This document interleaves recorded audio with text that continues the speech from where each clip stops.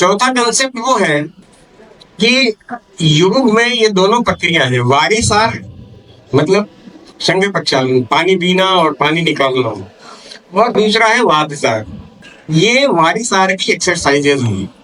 अगर कोई कहे कि रोज ये एक्सरसाइज कर लो भाई, क्या परेशानी है, आप रोज ये एक्सरसाइज कर सकते हैं, इसमें दिक्कत क्या है, ऐसे ऐसे करो, ऐसे ऐसे करो। देखिए ये तो बल्कि बड़ी बढ़िया है, क्योंकि इसमें कटी चक्रासन वगैरह भी है, तो ताड़ासन, त्रियक, और ये रिपीटिशन करना है तो आपकी रीढ़ की हड्डी को भी व्यायाम मिलता है। अगर ये एक्सरसाइज रोज करनी है तो रोज करो, कौन मना कर रहा है। लेकिन तो उसका उद्देश्य तो नहीं है ना। उद्देश्य क्या है? उद्देश्य ये है कि जब बहुत सारा नमकीन पानी पी करके फिर एक्सरसाइज करेंगे तो वो पानी पूरी आंतों को धो के फिर बाहर निकलेगा। यस, राइट और नॉट राइट। अब ये क्या दिखा दिया मैंने, ये योग में कहां से आटा चक्की आ गई भाई। आटा चक्की का बटन दबा दो और चक्की घूमेगी, लेकिन आटा निकलेगा क्या? आटा नहीं निकलेगा। जब ऊपर से गेहूं डालेंगे तभी आटा निकलेगा, नहीं तो नहीं निकलेगा। चक्की तो घूमेगी, एक्सरसाइज तो होगी। ठीक, अगर आप ये शंख प्रक्षालन की एक्सरसाइजेज रोज करें तो रोज करिए, लेकिन जब पानी पिएंगे तभी पानी निकलेगा, नहीं पिएंगे तो नहीं निकलेगा। बिल्कुल ठीक। अब आगे देखिए, वातसार क्यों करना है। जब मैंने मेडिकल दृष्टि से देखा कि आंतों में हवा जाने से क्या फायदे हो सकते हैं, सबसे पहला फायदा, स्टमक के बाइलोरस में हेलिकोबैक्टर इन्फेक्शन होता है। हेलिकोबैक्टर इन्फेक्शन की वजह से बहुत लोग पीड़ित हैं, उनको एसिडिटी हो जाती है, उनको ये गोली सुबह सुबह कैप्सूल खाना पड़ता है खाली पेट, नहीं तो इतनी एसिडिटी हो जाती है कि वो परेशान है। हवा से ही हेलिकोबैक्टर खत्म कर सकते हैं, क्योंकि ये माइक्रो एरोफिलिक होता है। इसे थोड़ी भी ज्यादा हवा मिल जाती है तो ये मर जाता है। इस तरह का प्राणी है ये। अमीबिक इन्फेक्शन, अमीबा भी एनारोबिक प्राणी है, तो अगर हम ऐसा कर सकें कि हवा ऊपर से पिए और वो नीचे से खारिज होगी बाद में, तो जब वो कोलन से गुजरती है तो वो अमीबा को भी खत्म करती है। तो जो अमीबिक डिसेंट्री से पीड़ित हो जाते हैं, बार बार बाहर दौरे पे जाना ही पड़ता है, होटल में खाना ही पड़ता है, तो क्या करें, बार बार अमीबियासिस हो जाती है, उसको भी ये टेक्निक वातसार की बहुत काम आएगी। भूख सहन करने की क्षमता, हम आपको ये तरकीब बता देंगे कि हवा से पेट भर सकते हो।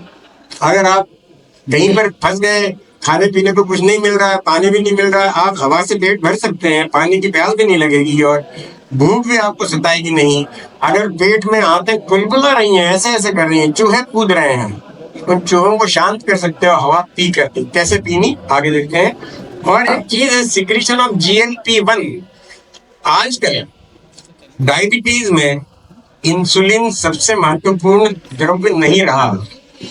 बहुत सी दवाइयां तो इंसुलिन को बढ़ाती है, जैसे ग्लिमेपिराइड हुआ, ग्लाइक्लासाइड हुआ, ग्लाइबेनक्लेमाइड था पहले, लेकिन अब जो दवाइयां आ गई हैं वो GLP-1 को बढ़ाती है। ध्यान देना, ये GLP-1 बहुत ही महत्वपूर्ण घटक है शरीर की, आंतों में बनता है, ये पेंक्रियाज में नहीं बनता, ये आंतों में बनता है। और ये GLP-1 के बढ़ने से इंसुलिन और GLP-1 दोनों मिलकर ब्लड शुगर को अच्छे से कंट्रोल करते हैं। जहां इंसुलिन वजन को बढ़ाता है, GLP-1 वजन को नहीं बढ़ाता।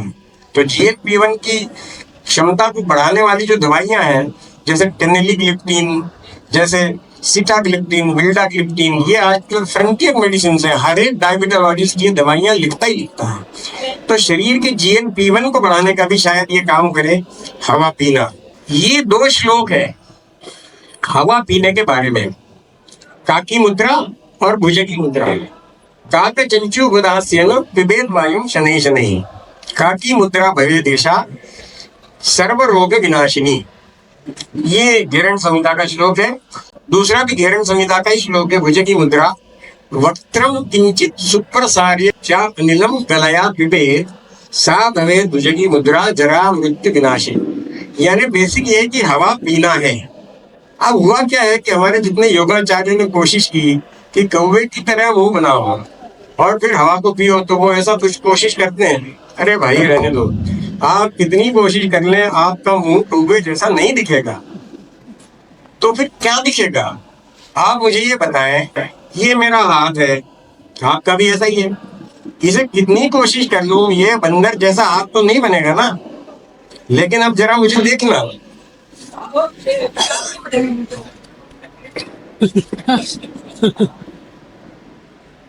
अब बंदर जैसा दिखा कि नहीं? तो क्या चीज बंदर जैसी दिखी? एक्टिविटी। तो कौवे की चोंच को देखो गौर से। एक दिन मैंने देखा बाउंड्री वॉल पे कौवा बैठा था, वो कैसे कर रहा था देखो, चोंच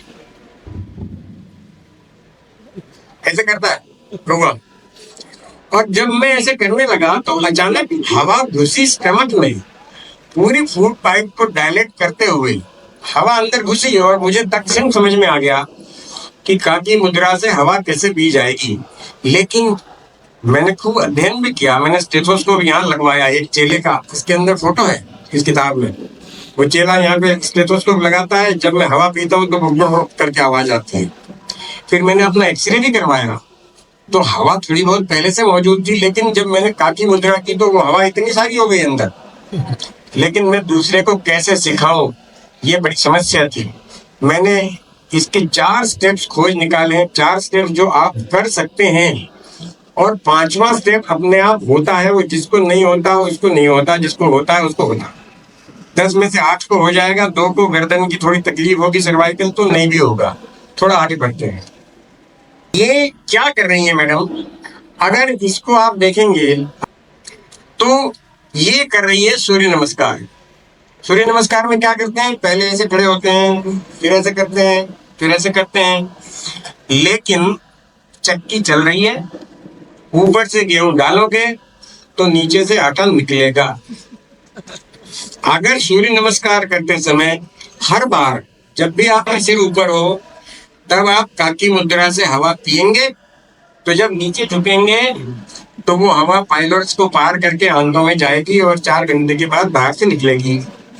फिर अगली बार फिर जब ऊपर को सिर करेंगे फिर हवा पीजिए।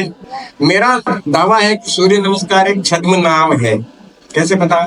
गैरंड संहिता में कहीं ये नाम नहीं है, हद प्रदीपिका में कहीं ये नाम नहीं है, लेकिन आश्रमों में तो सिखाया जा रहा है। तो क्या कहते हैं, क्या कर रहे हैं? सूर्य नमस्कार क्या कर रहे हैं कि कहते हैं बहुत अच्छी एक्सरसाइज है। तो भाई वो भी बहुत अच्छी एक्सरसाइज है, वाली सार वाली। वो क्यों नहीं कर रहे? वो भी करो, पानी मत पियो। तुम भी तो कर रहे हो बिना हवा पिए। अगर बिना हवा पिए सूर्य नमस्कार करते हैं तो वो वैसे ही है जैसे बिना पानी पिए वाली सार की एक्सरसाइज करें आप, राइट? वात सार की प्रक्रिया को मुक्त रखने के लिए ये नाम दिया गया है। मेरी ये किताब है सबसे नई। घेरंड संहिता शुरू होती है, एकदा चंड कापालिर गत्वा घेरंड कुटीरम। एक बार चंड कापाली घेरंड की कुटिया में जा पहुंचे और उनसे उन्होंने प्रश्न किया, तो उन्होंने पूरी घेरंड संहिता बताई। मेरी ये पुस्तक शुरू होती है, पुनश्च चंड कापालिर घेरंड आश्रम आगमत। फिर एक बार चंड कापाली पहुंचे घेरंड के आश्रम में और उन्होंने पूछा कि हे प्रभु, हे आचार्य, ये बताएं कि आपने घेरंड संहिता में सूर्य नमस्कार का तो कहीं नाम ही नहीं लिखा, तो लेकिन अभी आप ये कर क्या रहे थे? आप गंगा के घाट पे खड़े हुए थे और आप ऐसे ऐसे कर रहे थे और फिर आप गंगा के पानी में चलते चले गए, ये आप क्या कर रहे थे? उन्होंने ये कहा है, इस किताब में कहा है कि हे वत्स, मैं किसी को कुछ बताता नहीं हूँ क्योंकि ये गुप्त रखने की विद्या है। कुछ लोगों ने मुझे करते हुए देख के समझ लिया कि मैं सूर्य नमस्कार कर रहा हूँ और उन्होंने इसका लोगों में प्रचार कर दिया, तो करते रहो। अंदर का रहस्य मैंने नहीं बताया, अब मैं तुम्हें बताता हूँ, वो इस किताब में है। वो क्या रहस्य है? ऊपर से गेहूं डालो तभी आटा निकलेगा। ड्रिंकिंग एयर बाय काकी मुद्रा। जब जब सिर ऊपर हो तब काकी मुद्रा द्वारा हवा पीने से आमाशय भर जाता है, और फिर जब सिर नीचे हो तो पाइलोर स्फिंक्टर को पार करके आंतों में हवा पहुंच जाती है और फिर पेरिस्टाल्सिस वेव्स के जरिए वो आगे आगे बढ़ती है, ऊपर तो नहीं आती। फिर वो 3-4 घंटे में नीचे से निकलेगी, खूब बढ़ करके, बदबू नहीं होगी, बिल्कुल ठीक शुद्ध हवा होगी। आप देख सकते हैं सूर्य नमस्कार कर रहा है, पेट में एसिड है, उस एसिड को आगे नहीं बढ़ाना है, सिर्फ हवा को बढ़ाना है। ऊपर उसने किया, हवा स्टमक में घुसी, दूसरी पोजीशन ये एनलार्ज। तीसरी पोजीशन में आप देख रहे स्टमक उल्टा हो गया, हवा अब जा रही अंदर, एसिड तो वहीं पर है, एसिड तो हाथों में नहीं जा रहा है ना, थोड़ा सा एसिड रहता है खाली पेट अंदर, उस एसिड को न जाने देते हुए सिर्फ हवा को बाहर आगे भेजना है, तो यही करना पड़ेगा ना। और फिर से जब ऊपर करेगा सिर तो फिर हवा पिएगा, फिर नीचे करेगा। आप देखते हैं सूर्य नमस्कार में क्या होता है, एक बार सिर ऊपर, एक बार नीचे, फिर ऊपर, फिर नीचे, फिर ऊपर, फिर नीचे। ये क्यों हो रहा है भाई, क्यों कर रहा? ये कसरत ही है क्या? कसरत है तो करो। वो भी कसरत ही है जो शंकर प्रक्षालन के लिए कर रहे थे। दोनों में ऊपर से गेहूं डालेंगे तो नीचे से आटा निकलेगा, ऊपर से पानी डालेंगे नीचे से पानी निकलेगा, ऊपर से हवा भरेंगे नीचे से हवा निकलेगी, और निकलेगी जरूर। हमने सैकड़ों लोगों को सिखा भी दिया। अगर कोई व्यक्ति ये काकी मुद्रा से और भुजगी मुद्रा से हवा न पी सके तो इस नाचीज का ये कहना है कि उसको सच्चिद्र प्रणाल्या, ये श्लोक पढ़ देता हूँ। यदि एताभ्याम न पिएत मुद्राभ्याम पवनम पुनः, यदि इन दोनों मुद्राओं से हवा नहीं पी सकते तो सच्चिद्रया प्रणाल्या वही पेयो ब्रूते ही मालशे। मालशे का ये कहना है कि आप एक नलिका में छिद्र कर लें। नाउ इट इज मालशे पियर्स स्ट्रॉ। इस स्ट्रॉ में कितना बड़ा छेद करना है वो ये कलाकारी का विषय है। छेद अगर जरा सा भी बड़ा हो जाता है तो फिर पूरी हवाई घुसती है, पानी तो जाता नहीं। इसमें आपको छेद दिखेगा भी नहीं है। यहाँ पर एक सुई के बराबर छेद है, पिन होल। जब पानी पीते हैं तो उस पिन होल से अंदर हवा चली जाती है, वो आपको वहां पर चित्र में दिखाया गया है। और अभी कुछ दिनों पहले 22 अक्टूबर को ही संयोग श्री रामदेव जी से मिलना हुआ, तब मैंने उनको ये स्ट्रॉ स्प्रे मेल दी है।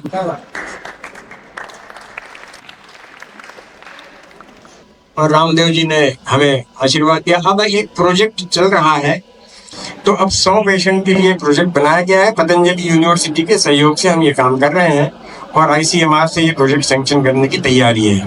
ये एक स्टडी ऑलरेडी हो चुकी है जो 28 पेशेंट पे, यौगिक gut aeration techniques to inhibit Helicobacter pylori. इसके डिटेल्स उपलब्ध हैं शोध गंगा वेबसाइट, वहां पे उपलब्ध है। इस कैंडिडेट को PhD मिली थी। प्लाविनी क्या होता है? अगर आंतों में ढेर सारी हवा भर ली जाए तो वो व्यक्ति पानी में डूब नहीं सकता है। ये श्लोक है, अंतः प्रवर्तितोदार मारिता पूरितोदर। उदार मात्रा में उदर में हवा भरनी है। पयस्य अगाधे भी सुखात प्लवते पद्म पत्रवत। जैसे कमल का पत्ता तैरता है, क्योंकि कमल के पत्ते में भी बहुत सारे एयर लोब्यूल्स होते हैं, हवा होती है उसमें। कमल की डंडी में भी बहुत सारी हवा होती है, देखा नहीं आपने? जो उसकी डंडी होती है, खोखली होती है, तो वो हवा की वजह से वो तैरता रहता है। इसी तरह से मानव शरीर में भी अगर बहुत सारी हवा बढ़ती जाए, वो भी अथाह पानी में तैरता रह सकता है। ये कौन व्यक्ति है भाई, पहचान में? ये किताब का कवर है वैसे तो, लेकिन ये है कौन? वसुदेव जी, जो भगवान कृष्ण को लेकर के यमुना नदी में बाढ़ आई हुई है, जन्माष्टमी का समय है। उस बाढ़ में भी ये उतर गए, लेकिन ये डूबे नहीं, क्योंकि उन्हें ये तरकीब मालूम थी प्लाविनी नाम की। तो वो अपनी इंटेस्टाइन में ढेर सारी हवा भर के, जैसे कोई अगर वाटर बॉटल हो ऊपर से खाली हो, नीचे पानी है, उसको आप पानी के टब में डाल दीजिए। योगियों के उपकरण में अब ये भी शामिल हो गया है। कौन सा? अभी बताता हूँ। पहले उपकरण क्या थे? ये एक उपकरण होता है, इसे बोलते हैं क्या? बैराकन। ये मत समझे कि हाथ को आराम देने के लिए रेस्ट नहीं है। इसे जब यहाँ लगाते हैं तो ये नाक का स्वर बदलने के काम आता। इधर लगाओ, पसली को दबाओ, ये स्वर चलेगा, इधर दबाओ, ये स्वर चलेगा, राइट? इसे बोलते हैं बैरागन। तो योगी भी कुछ कुछ चीजें अपने साथ रखते थे हमेशा, और अभी भी रखते हैं। ये तो सब पहचानते ही हैं। जल निधि का लोटा भी होगा, सूत्र निधि का सूत्र भी होगा। तो योगी भी खाली हाथ नहीं होते, उनके उपकरण होते हैं। जो मॉडर्न योगी हैं, मॉडर्न योगी को ये भी रखना पड़ेगा। ये छोटा पल्स ऑक्सीमीटर है, जब उंगली ठंडी हो जाती है तो ये रीडिंग नहीं लेता। हरिद्वार में यहाँ से काफी ज्यादा ठंड है, वहां पर इस तरह के पल्स ऑक्सीमीटर यूज करने पड़ते हैं। ये 1000-1200 का आता है, वो 16-17 का आता है। योगियों को अब ये उपकरण भी रखना पड़ेगा, क्योंकि जो व्यक्ति सांस न रोक सके उसे इससे करवा दो। आपने आयंगार योगा सुना होगा, आयंगार जी जो सीधी सतह पे न लेट सके तो वो ऐसी बेंच बनवा देते थे उसको। जो उल्टा ना हो सके तो उसको कमर में रस्सी बांध के रस्सी से करवा देते थे। अगर आयंगार जी के योगा सेंटर में जाए, उनके यहाँ तो तरह तरह के स्टूल, बेंचेस, कुर्सियां, टेबल और रस्सियां, ये सब योगियों के उपकरण है भाई। अब ये भी उपकरण शामिल कर लें, एक पल्स ऑक्सीमीटर और एक ये हैंड हेल्ड हाइपोक्सिकेटर। एक छेद वाली स्ट्रॉ भी रखें अपने पास, जो काकी मुद्रा से हवा ना पी सके उसे इससे पिला दें।